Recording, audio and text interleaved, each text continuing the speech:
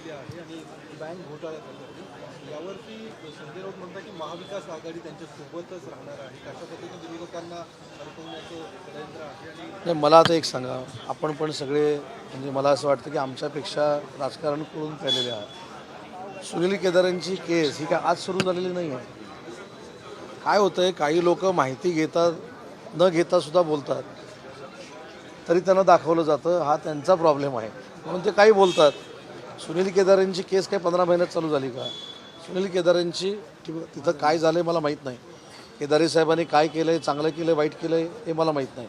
पण सुनील केदारेंची केस ही किती वर्षापासून सुरू आहे? जर उगाच पत्रकार परिषदेमध्ये काही सांगायचं आणि काही ठोकमठोकी करायची त्याला काय अर्थ नाही. आणि माझी आपल्याला देखील हात जोडून विनंती आहे की काय होतं की तुम्ही रोज सकाळी पत्रकार परिषद ती दाखवता, त्याच्यामुळे त्यांना नवीन नवीन विषय द्यायची सवय झालेली आहे.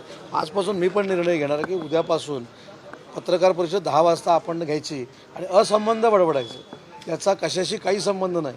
म्हणजे लोकांना विचार करायला लावायचा दिवसभरात काहीतरी असंबंध बोलू. आता माझा पण TRP वाढवण्यासाठी मी उद्यापासून 10 वाजल्यापासून प्रेस कॉन्फरन्स घेण्याच्या मनस्थितीत आलो आहे. कारण बघा ना, एखादरी पत्रकार परिषदेला काय खरं असतं का? आता तुम्ही सांगितलं सुनील केदार, ते आता तसं आता मी शोधून काढतो दिवसभराचे पॉईंट आणि उद्या काहीतरी बडबडतो की ताबडतोब आपण मोठा नेता झालो आहे असा एक भास संपूर्ण महाराष्ट्रामध्ये निर्माण होतो आणि त्याच भावनेतनं हे सगळं सुरू आहे. राज्यामध्ये लोकसभा निवडणुकीच्या आधी दंगली घडू शकतात असं म्हणजे काही दिवसांपूर्वी प्रकाश आंबेडकर म्हटले होते. आता रोहित पवार पण म्हटले की एकतर म्हणजे हिंदू मुस्लिम होतील किंवा मराठेतर होतील. माझं तर याच्यावर म्हणणं असं आहे, मी वैयक्तिक कोणी म्हटले मला माहीत नाही, पण असं कोणी जर म्हटलं असेल तर त्यांची पोलीस चौकशी झाली पाहिजे.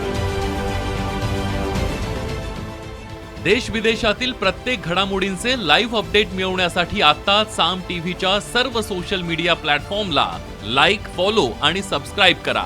तसंच सर्व नोटिफिकेशनसाठी बेल आयकॉन प्रेस करायला विसरू नका.